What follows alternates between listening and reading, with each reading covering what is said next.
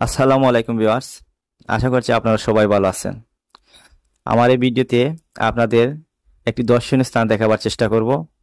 আশা করছি আপনারা আমার সাথেই থাকবেন। দর্শক, সেই দর্শনীয় স্থানটি হচ্ছে সিলেট জেলার সীমান্তবর্তী উপজেলা জকিগঞ্জের কাজলসার ইউনিয়নের ৮ গ্রামে অবস্থিত। সেই দর্শনীয় স্থানটির নাম হচ্ছে দেওয়ান সাজিদ রাজার বাড়ি।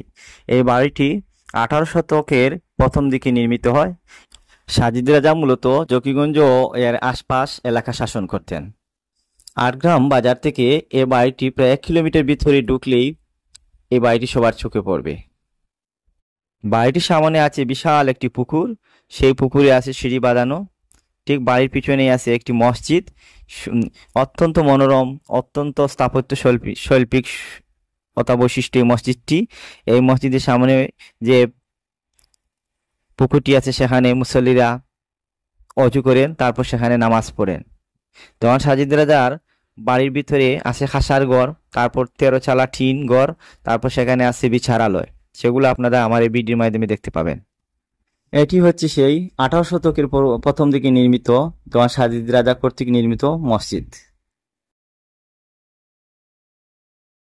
বন্ধুরা, আপনারা এবার দেখুন পুকুরটি। আমি পুকুরটি আপনাদের একটু দেখাবার চেষ্টা করতেছি। প্রিয় দর্শক, এই পুকুরটি পানি অত্যন্ত স্বচ্ছ। কি বলবো, মানে আমার ইচ্ছে করতেছিল এই পুকুরটিতে নেমে একবার গোসল করি। এখানে স্থানীয় লোকজন এসেও গোসল করে। আসলে এরকম একটা পুকুর পেলে কার না ভালো লাগবে গোসল করতে। এটি হচ্ছে 13 চালা টিনের ঘর। দৃষ্টিনন্দন এই ঘরটি আজও কালের সাক্ষী হয়ে টিকে আছে। এটি হচ্ছে বাড়ির প্রবেশদ্বার।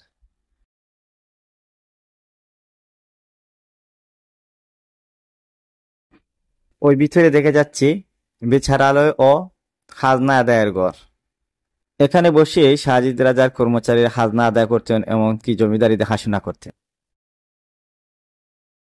প্রিয় দর্শক, এই গড়টিতে এখনো সেই 18 শতকের নির্মিত সমস্ত ইমারতের বৈশিষ্ট্য বিদ্যমান।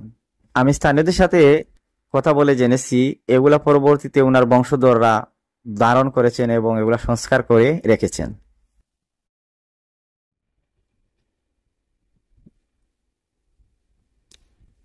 এখানে বলে রাখা ভালো যে এই মসজিদটিতে আশপাশের যত মুসল্লিরা আছেন সবাই এখনো নমাজ পড়েন, কিন্তু সাজিদ রাজার বংশধররা এই মসজিদের সমস্ত ব্যবহার নির্বাহ করেন।